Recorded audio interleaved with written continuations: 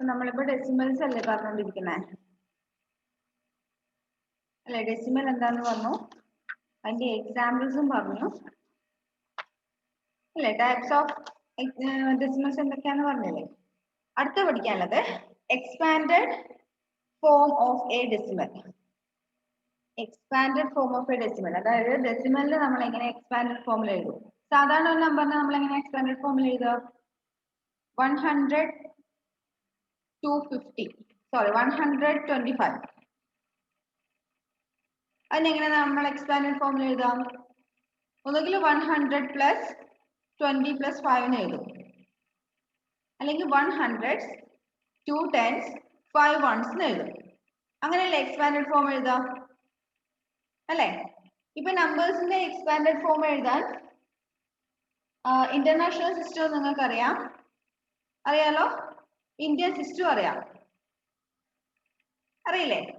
അതേപോലെ തന്നെ നമ്മള്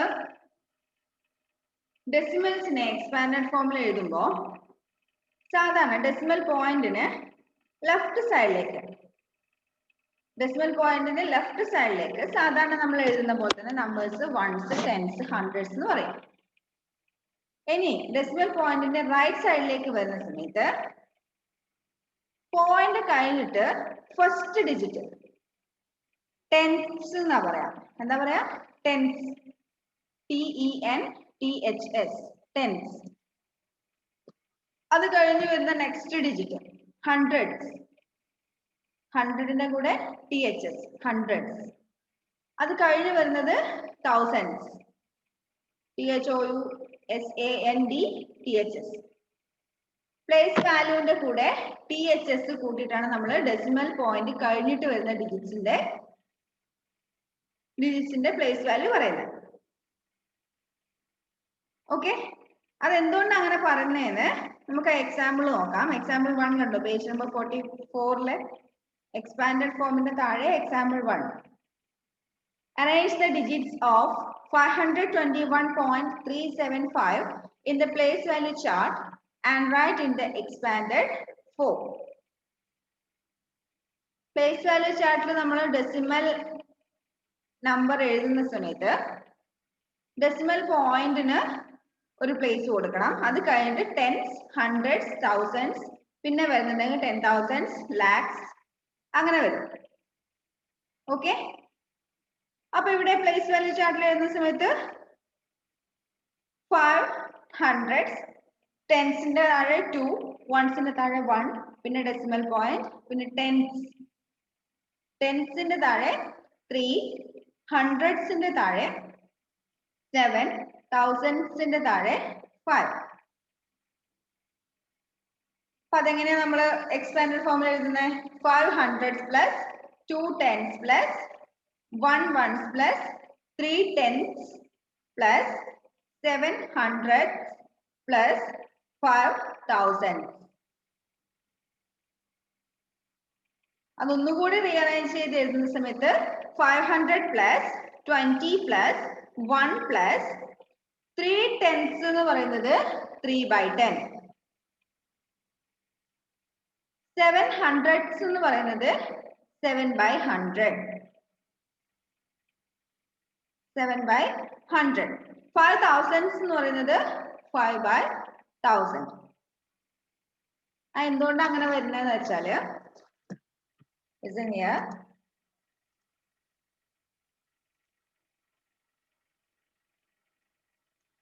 Three tens എന്ന് പറയുമ്പോൾ 3/10.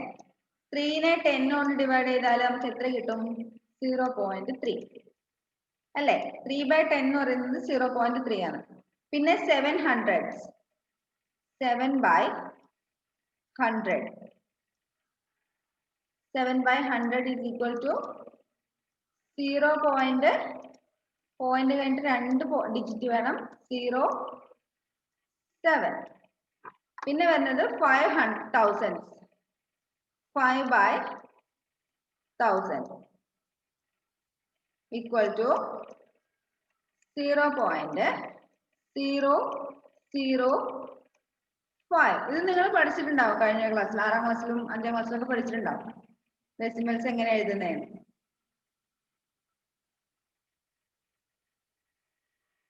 ഓക്കെ, അപ്പോ 3 tens എന്ന് പറയുന്നത് 0.3, 7 hundreds എന്ന് പറയുന്നത് 7/100 0.07.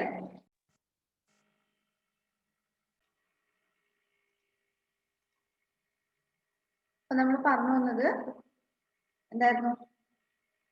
വൈറ്റ് ബോർഡിൽ പോയോ? Okay, 3/10, 3 tens equal to 0.3. പിന്നെ 7 hundreds, 7/100 equal to 0.07. പിന്നെ വരുന്നത് 5,000, 5/1000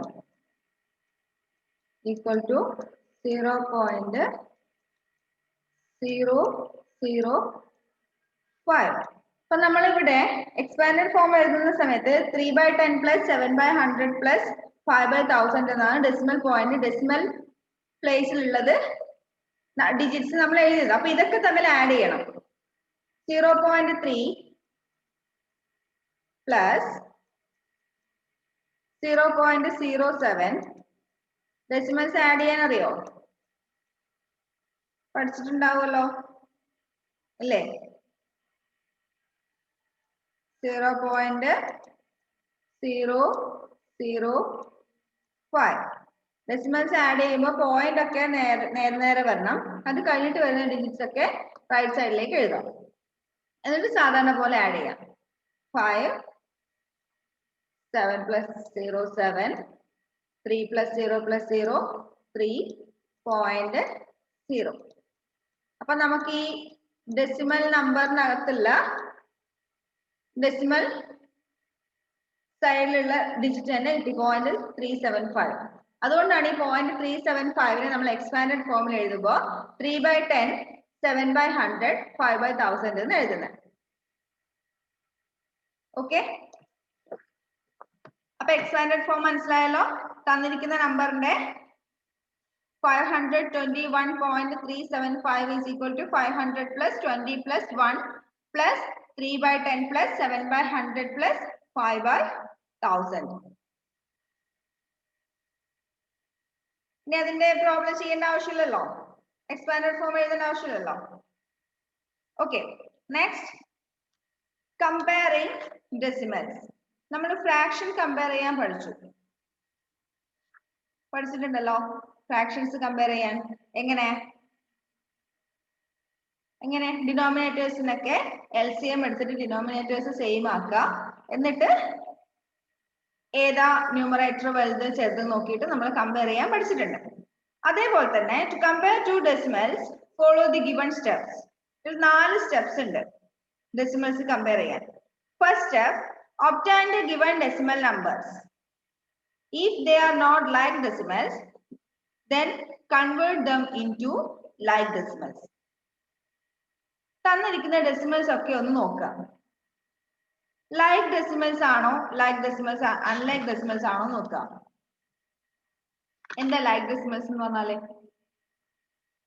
same number of digits in the decimal place. Decimal പ്ലേസിൽ നമ്പർ ഓഫ് ഡിജിറ്റ്സ് സെയിം ആണെങ്കിൽ, ഒരേ നമ്പേഴ്സ് ആണെങ്കിൽ, ഒരേ നമ്പേഴ്സ് എന്നല്ല സെയിം നമ്പർ ഓഫ് ഡിജിറ്റ്സ് ആണെങ്കിൽ ലൈക്ക് ഡെസിമൽസ് ആണ്. അപ്പൊ നമുക്ക് തന്നിരിക്കുന്ന ഡെസിമൽസിനെ ആദ്യം എന്ത് ചെയ്യണം?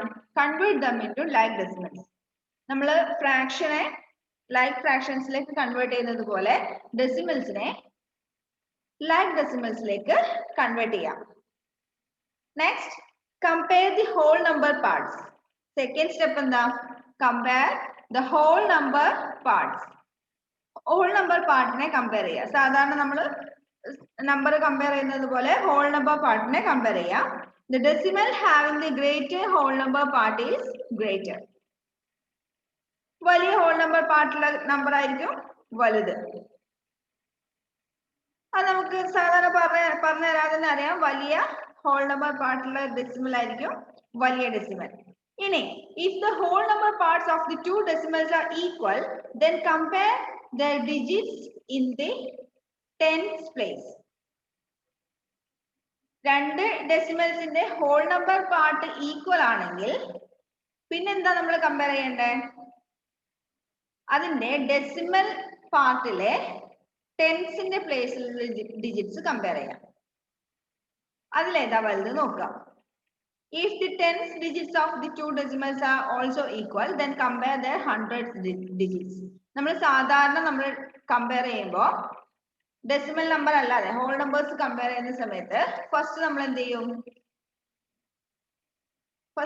ചെയ്യും? ഏറ്റവും ലെഫ്റ്റ് സൈഡിലുള്ള ഡിജിറ്റ് കമ്പയർ ചെയ്യും. ആദ്യം നമ്മൾ ഡിജിറ്റ്സിന്റെ എണ്ണം നോക്കും. 2 ഡിജിറ്റ് നമ്പർ ആണോ, 3 ഡിജിറ്റ് നമ്പർ ആണോ, 4 ഡിജിറ്റ് നമ്പർ ആണോ എന്നുള്ള ഡിജിറ്റിന്റെ എണ്ണം നോക്കും.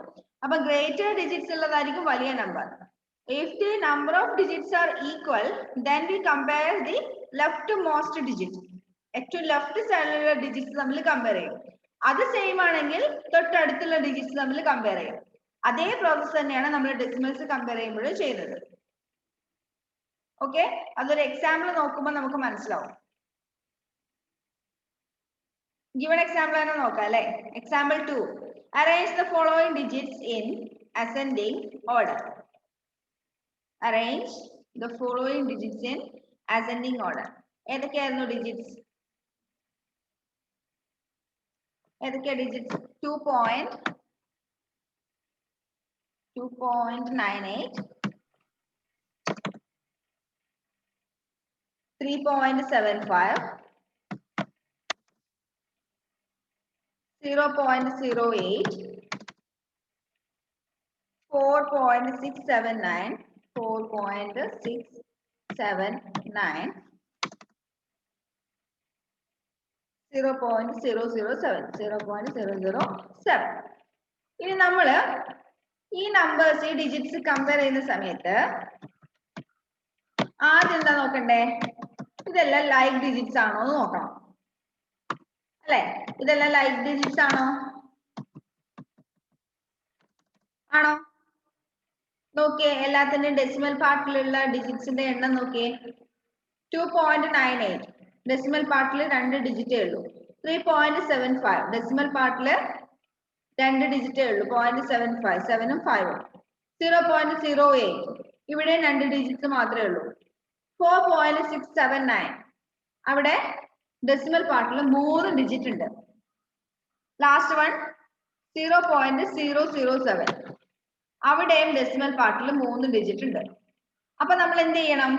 തന്നിരിക്കുന്ന ഡെസിമൽസിനൊക്കെ ഡെസിമൽ പാർട്ടിൽ 3 എണ്ണമുള്ള 3 ഡെസിമൽ പാർട്ടിലുള്ള ഡിജിറ്റ്സ് ഉള്ള ഡെസിമൽ ആയിട്ട് കൺവേർട്ട് ചെയ്യണം. എങ്ങനെ കൺവേർട്ട് ചെയ്യാം? റൈറ്റ് സൈഡിലേക്ക് സീറോസ് ആഡ് ചെയ്ത് കൊടുത്തിട്ട് കൺവേർട്ട് ചെയ്യാനുള്ളത് കഴിഞ്ഞ തവണ പറഞ്ഞു വെച്ചിട്ടുണ്ടല്ലോ. റൈറ്റ് സൈഡിൽ 0 ആഡ് ചെയ്ത് കൊടുത്താൽ മതി. അപ്പൊ 2.98 എന്നുള്ളത് ലൈക്ക് ഡിജിറ്റ്സ് ആക്കണമെങ്കിൽ 2.980 ഒരു 0 ആഡ് ചെയ്ത് കൊടുത്താൽ മതി. 3.75 ലൈക്ക് ഡിജിറ്റ് ആക്കാൻ വേണ്ടി 3.7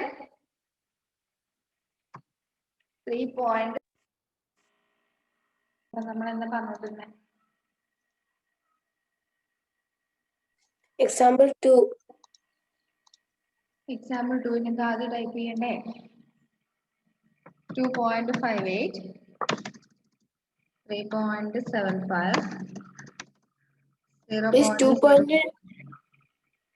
2.98 ആണോ?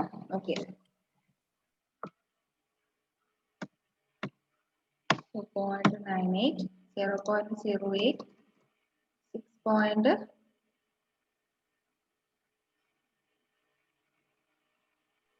0.08, 4.679, 0.007. അപ്പൊ ഇതിനെ നമ്മൾ ലൈക്ക് ഡിജിറ്റ്സ് ആക്കാൻ വേണ്ടി 2 ഡിജിറ്റ്സ് ഡെസിമൽ പാർട്ടിൽ 2 ഡിജിറ്റുള്ള നമ്പേഴ്സിന്റെ കൂടെ സീറോസ് ആഡ് ചെയ്ത് കൊടുക്കുക. 2.98ന്റെ കൂടെ ഒരു 0 ആഡ് ചെയ്തു. നെക്സ്റ്റ് 3.75ന്റെ കൂടെ ഒരു 0 ആഡ് ചെയ്തു. പിന്നെ 0.08ന്റെ കൂടെ ഒരു 0 ആഡ് ചെയ്തു. ഇനി 4.679 അതിന്റെ കൂടെ 0 ആഡ് ചെയ്യണ്ട. കാരണം എന്താ? കാരണം എന്താ, അതിന് 3 ഡിജിറ്റ്സ് തന്നെ ഉണ്ട് ഡെസിമൽ പാർട്ടിൽ. സോ 0.007 നമ്മൾ കൺവേർട്ട് ചെയ്യേണ്ട ആവശ്യമില്ല. ഇനി എന്ത് ഓർഡറിലാണ് നമുക്ക് എഴുതണ്ടേ? Ascending order. അസെൻഡിങ് ഓർഡർ എന്ന് വെച്ചാൽ ചെറുതിൽ നിന്ന് വലുതിലേക്ക് അല്ലെ? ഇതൊക്കെ നോക്കിയാൽ തന്നെ നമുക്ക് മനസ്സിലാവും ഇതിൽ ഏറ്റവും ചെറിയ ഡെസിമൽ ഏതായിരിക്കും? 0.007. യെസ്, 0.007. വേറെ കമ്പാരിസൺ ഒന്നും ആവശ്യമില്ല. 0.007. അതിൽ വലുത് ഏതായിരിക്കും? 0.080. 0.080. അതിൽ വലുതോ? ഇനി ഡെസിമൽ പാർട്ട് മാറ്റിയിട്ട് നമ്മൾ ഹോൾ നമ്പർ പാർട്ട് നോക്കിയാൽ മതി. ഏതായിരിക്കും അടുത്തത്? 2.980. 2.980. അതിൽ വലുത് 3.750. അതിൽ ഏറ്റവും വലുത് 4.670. 679. 4.679. അപ്പൊ മനസ്സിലായല്ലോ ഡെസിമൽസ് തമ്മിൽ കമ്പയർ ചെയ്യാൻ?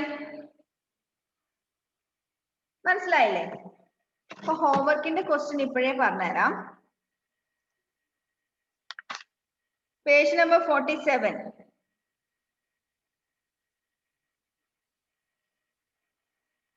Page number 47 exercise 3A